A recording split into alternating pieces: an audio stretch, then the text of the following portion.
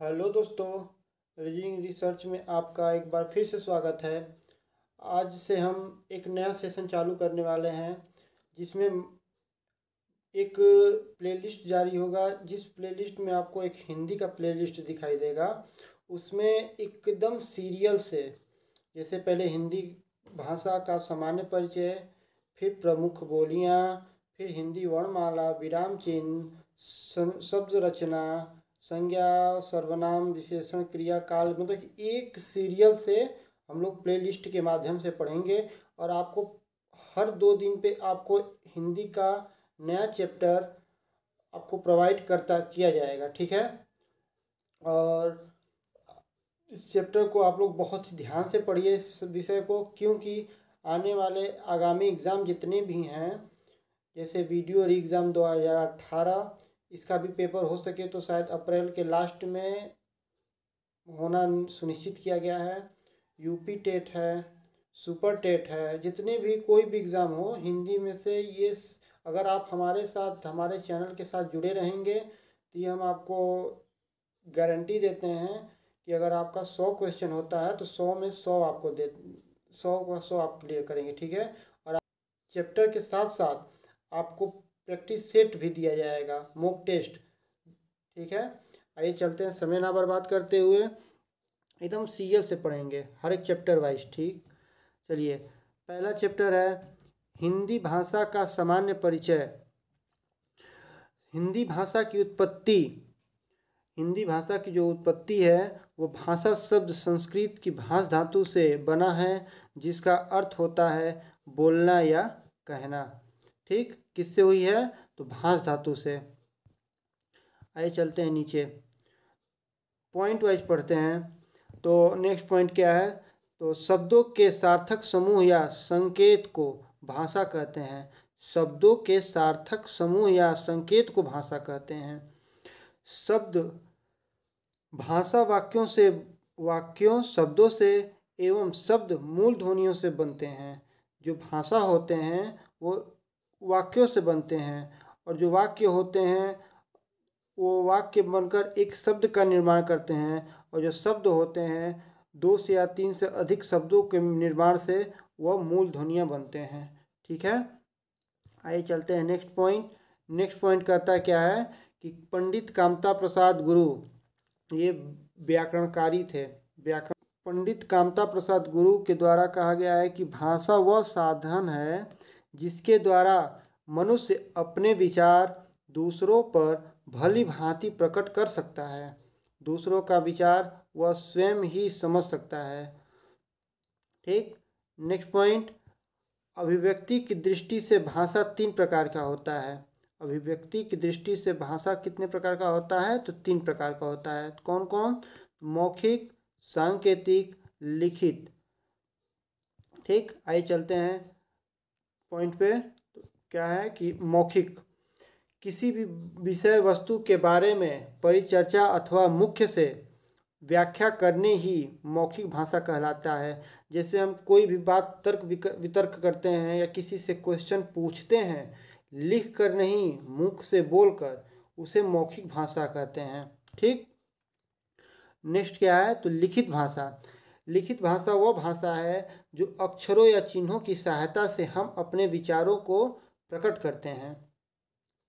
तो अक्षरों या चिन्हों की सहायता से कोई भी चीज़ हम किसी को समझाना है तो उसको हम लिख कर उसको समझाते हैं, तो वो लिखित भाषा में आता है। जैसे में पत्र हो गया, कहानी हो गया, लेखन हो गया, निबंध हो गया, ये सब हम लिख कर ही समझाते हैं, इसलिए लिखित भाषा कहा जाता है, ठीक। नेक्स्ट है सांकेतिक भाषा। सांकेतिक भाषा में इस भाषा के द्वारा उनको समझाया जा सकता है जो कि गूंगे और बहरे होते हैं। यह भाषा सबसे कठिन एवं जटिल मानी जाती है। जो हमारे 3 भाषाएं होती हैं, मौखिक, लिखित और सांकेतिक भाषा, उसमें सबसे कठिन भाषा होती है तो वो सांकेतिक भाषा होती है। इस भाषा के दौरान हम किसी गूंगे, जो बच्चे बोल नहीं पाते हैं, बहरे, जो बच्चे सुन नहीं पाते हैं, उनको इस भाषा के द्वारा समझाया जा सकता है, ठीक। नेक्स्ट पॉइंट, मौखिक भाषा की सबसे छोटी इकाई ध्वनि होती है। ये ध्यान दीजिएगा, मौखिक भाषा की सबसे छोटी इकाई ध्वनि होती है। बच्चे इसी दो तीन पॉइंटों में कंफ्यूज होते हैं, तो इन 3 पॉइंटों का स्क्रीनशॉट लेना होगा तो स्क्रीनशॉट ले लीजिए। अगर ऐसे ही समझ में आ जाए तो बहुत ही अच्छा है। कोशिश तो हमारी यही रहती है कि आपको एक बार में हमारे कहने से ही समझ में आ जाए, और हमारे साथ जुड़े रहेंगे तो ये श्योर है कि आपको समझ में आना ही आना है। ठीक, तो मौखिक भाषा की सबसे छोटी इकाई ध्वनि होती है, और लिखित भाषा की सबसे छोटी इकाई वर्ण होती है, और भाषा की सबसे छोटी इकाई अक्षर या वर्ण होता है। अब हम आपको समझाते हैं। मौखिक भाषा की सबसे छोटी इकाई ध्वनि होती है। ध्वनि इसलिए होती है कि मौखिक मौखिक यानी बोलकर ही समझाने, तो इससे इसका मतलब ये होता है, तात्पर्य निकलता है कि मौखिक का मतलब ध्वनि से ही होगा। और लिखित भाषा का यानी वर्णों का प्रयोग करेंगे तभी हम लोग लिखित भाषा, कोई भी चीज़ लिख कर ही समझाएंगे ना, तो लिखेंगे तभी जब हमको वर्ण का ज्ञान हो। और भाषा की सबसे छोटी इकाई अक्षर होता है। ठीक, ये तो समझ में आ गया 3 पॉइंट। आइए चलते हैं नेक्स्ट। ध्वनि के लिपि चिन्हों का अक्षर कहते हैं। ध्वनि के लिपि चिन्हों को अक्षर कहते हैं। ध्वनियों से वर्ण बनता है, वर्णों से शब्द बनता है, शब्दों से पद बनता है, और पद से वाक्य, और वाक्य से अन्विति। ये ध्यान दीजिएगा, ये एक सीरियल वाइज है। ठीक, चलिए नेक्स्ट पॉइंट पे। नेक्स्ट पॉइंट है वर्ण। ध्वनि के लिखित रूप को वर्ण कहते हैं। शब्द वर्णों का सार्थ क्रम जो निश्चित अर्थ दे उसे शब्द कहते हैं। इसे भाषा की लघुत्तम सार्थक इकाई कहते हैं, जैसे कमल, जल, नल इत्यादि। ये शब्द शब्द हैं। दीपक, काम, पंडित कामता प्रसाद, ये सब शब्द हैं। शब्द, ठीक है। फिर पद हुआ, जब शब्दों को वाक्यों में प्रयुक्त किया करते हैं तो इसे हम पद कहते हैं। जैसे आप खाना खाते हैं, इसमें शब्दों को मिलाकर एक सब पद बनाया गया है। ठीक, राम खाता है, राजू क्रिकेट खेलता है, ये एक हो गया। जैसे राम हो गया, अगर राम दे देता तो ये शब्द हो जाता। तो शब्द शब्द मिलकर एक पद का निर्माण करते हैं। ठीक है, आइए चलते हैं नेक्स्ट पॉइंट पे। फिर नेक्स्ट पॉइंट है वाक्य। दो या दो से अधिक शब्दों के सार्थक समूह जो कि एक निश्चित अर्थ प्रदान करते हों वाक्य कहलाते हैं। इसे भाषा की पूर्णतया इकाई भी कहते हैं। ठीक है, दो या दो से अधिक शब्दों के सार्थक समूह जो कि एक निश्चित अर्थ प्रदान करते हैं। यानी जैसे दिया है उदाहरण में कि श्याम कल खेलने जाएगा, 2 से अधिक शब्द आ गए। श्याम कल एक शब्द, खेलने जाएगा 2 शब्द, ये निश्चित अर्थ प्रकट कर रहे हैं कि श्याम कल खेलने जाएगा। ठीक है, वाक्यों के 2 अंग होते हैं। पहला होता है उद्देश्य, दूसरा होता है विधेय। आइए चलते हैं कि देखते हैं, समझते हैं कि उद्देश्य किसे कहते हैं और विधेय किसे कहते हैं। उद्देश्य वाक्यों में जिसके बारे में कहा जाता है। जैसे कोई वाक्य हम बोल देते हैं और जिसके बारे में कहा जाए, उस वाक्य में जिसके माध्यम से कहा जाए वो उद्देश्य कहलाता है। जैसे होशिला होशियार विद्यार्थी है, कौन विद्यार्थी होशियार है? तो होशिला। ठीक है, इसमें एक और चीज़ ध्यान दीजिएगा, अगर कौन शब्द वाक्य के साथ, वाक्य के पहले अगर कौन जोड़ दें और उसका उत्तर निकल जाए तो उद्देश्य आ जाएगा। कौन होशियार विद्यार्थी है? तो होशिला, तो होशिला आ रहा है ना, तो वो उद्देश्य हो जाएगा। ठीक है, फिर नेक्स्ट है विधेय। वाक्यों में उद्देश्य के बारे में कुछ कहा जाए।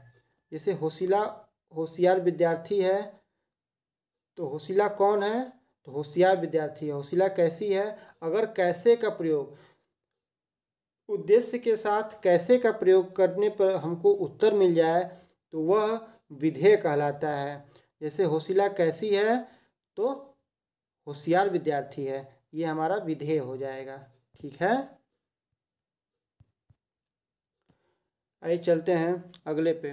तो अन्विति, इसके अंतर्गत लिंग, वचन, काल और पुरुष के अनुसार शब्दों में परस्पर संबंध स्थापित किया जाता है। इसके अंतर्गत लिंग, वचन, काल और पुरुष के अनुसार शब्दों में परस्पर संबंध स्थापित किया जाता है। यह संबंध कर्ता और क्रिया,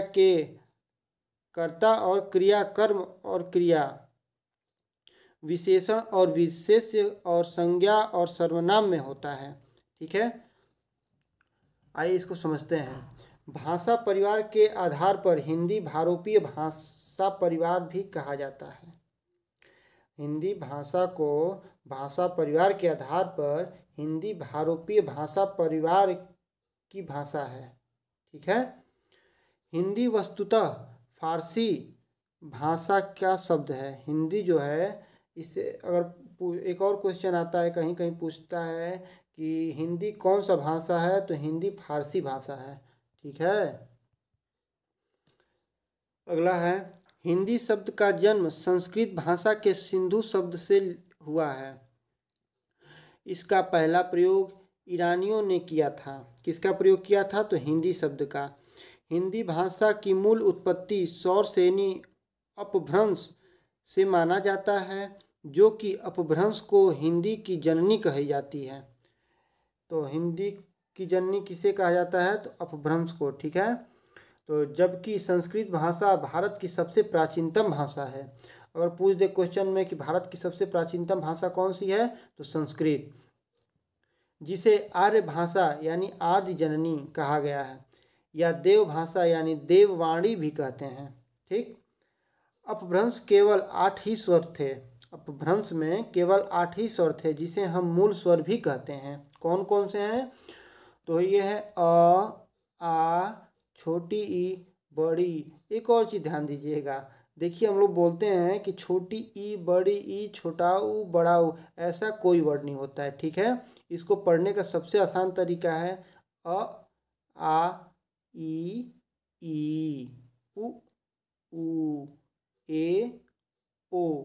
इसको छोटी ई को जो हम बोलते हैं थोड़ा घिंच कर बोलेंगे ई, और जो बड़ी ई होता है वो दीर्घ के साथ बोलते हैं, क्योंकि ये दीर्घ ई। ऐसे भी बोलते हैं लघु ई, दीर्घ ई, लघु ऊ, दीर्घ ऊ।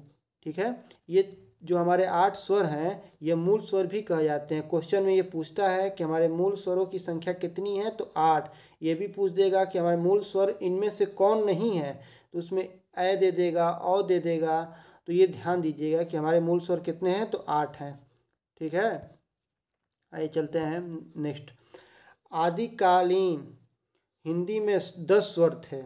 आदिकालीन में हिंदी में 10 स्वर हो गए, और पहले कितने थे? 8 थे। अ, आ, लघु ई, दीर्घ ई, लघु ऊ, दीर्घ ऊ, ए, ऐ, ओ, औ। तो इसमें कौन कौन से जुड़े हैं? तो ऐ जुड़ा है और औ जुड़ा है। ठीक है, मूल स्वर से 2 अधिक हैं। इसमें ऐ तथा औ 2 नए स्वर जोड़े गए हैं, जिन्हें हम संयुक्त स्वर के नाम से जाने जाते हैं। तो संयुक्त, ठीक है, आइए चलते हैं। अपभ्रंश में ड, ढ व्यंजन नहीं थे, इन्हें भी आदिकाल में ही जोड़ा गया है। अपभ्रंश में ड और ढ व्यंजन नहीं थे, इन्हें भी हम आदिकाल में ही जोड़े हैं। ठीक, तो ये रहा